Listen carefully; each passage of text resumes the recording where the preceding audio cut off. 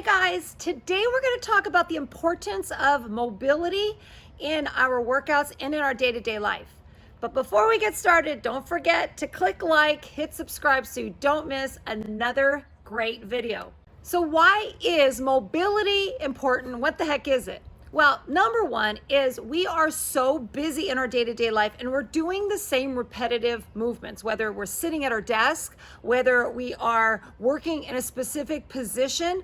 And over time, the parts of the body that we're sitting, maybe the hips, the shoulders, the neck, are in that same position.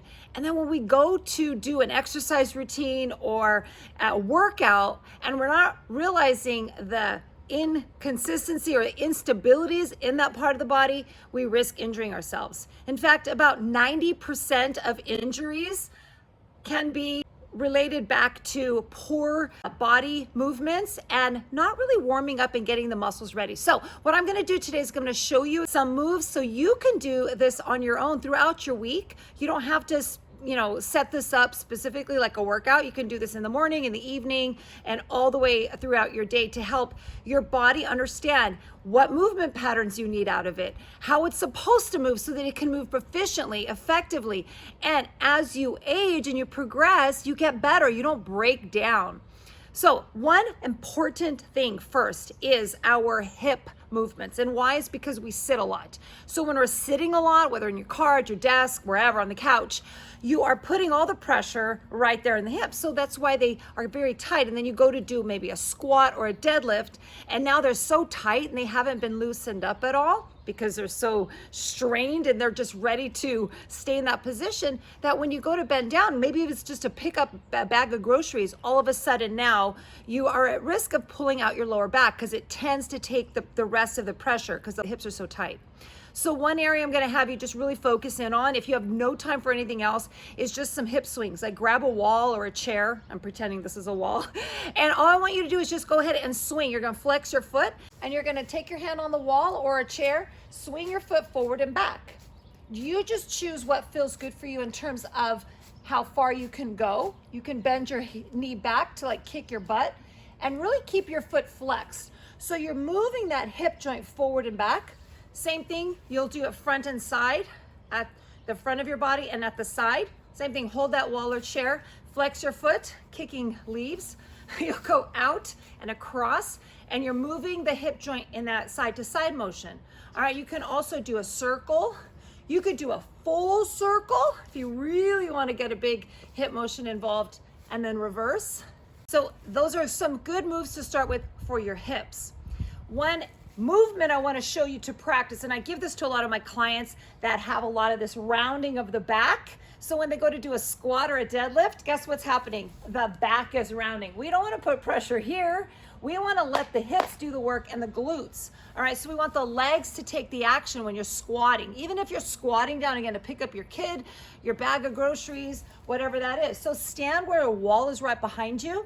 And all I need you to do is just push your butt back to tap the wall. If you have a mirror nearby, you can look in the mirror, and I don't want you to round your back. So this shouldn't be happening. You should just be pushing your butt back and tap that wall.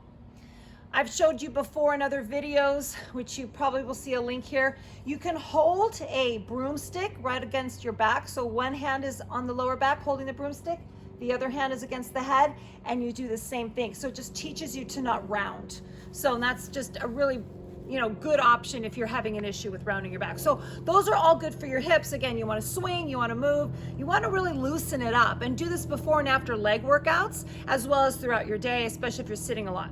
All right, next thing is your knees. Knees get a lot of pressure. They tighten up, they take a lot of impact, especially again when our hips are really tight. So I'm just gonna have you just circle knees. Take your feet together, your knees together, and just circle them around. Do like 10 to 20 circles one direction and do it the other direction. You're gonna get great just kind of loosening up those joints, and you can even do some knee swings. Again, grab that wall, and you're just bending the knee forward and back, leg goes forward and back.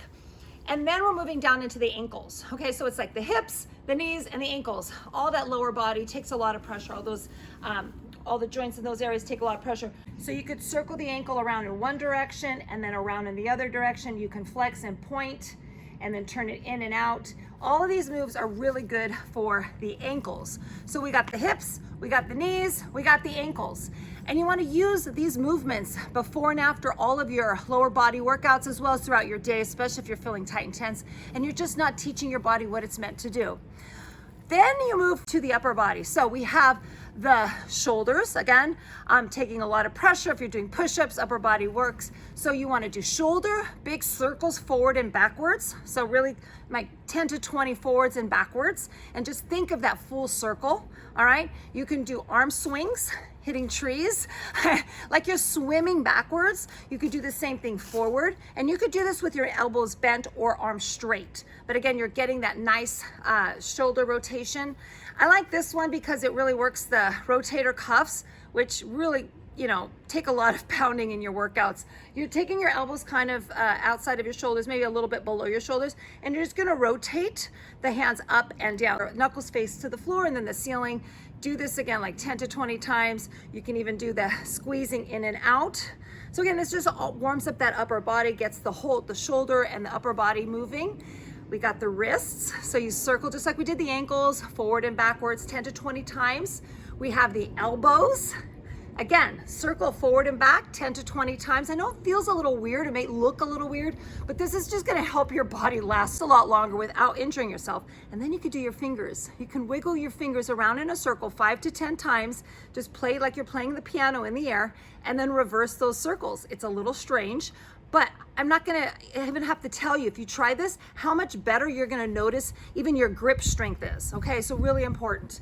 Last but not least, we have our neck and shoulders. So the shoulders were involved, trees falling on me. We're just gonna turn the head side to side so you're working your neck. All right, so again, just take your time on this. Don't go too far. You could go side to side, ear towards the shoulder, yeah? And then you could just add that circle. Don't wanna go all the way behind your back. I'm hitting the trees today. And then you'll reverse it.